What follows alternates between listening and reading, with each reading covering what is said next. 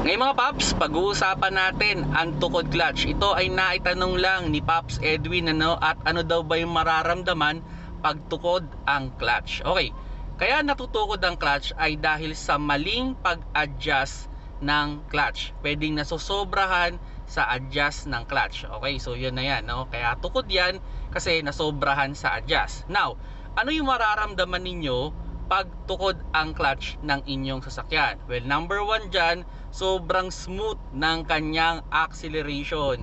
Kahit bigatan mo yung apak sa gas, ang kalma ng andar ng inyong sasakyan. That's number one. Number two, malakas siya sa gas. Yun nga, dahil nga kalmado yung takbo niya, sobrang lakas din niya sa gas. Kumbaga sayang yung power ng engine, hindi fully na itatransfer sa transmission. Thirdly is pwedeng mangamoy ang inyong engine bay. Actually, maaamoy din niyo yan sa inyong loob, sa loob ng sasakyan, mangangamoy clutch.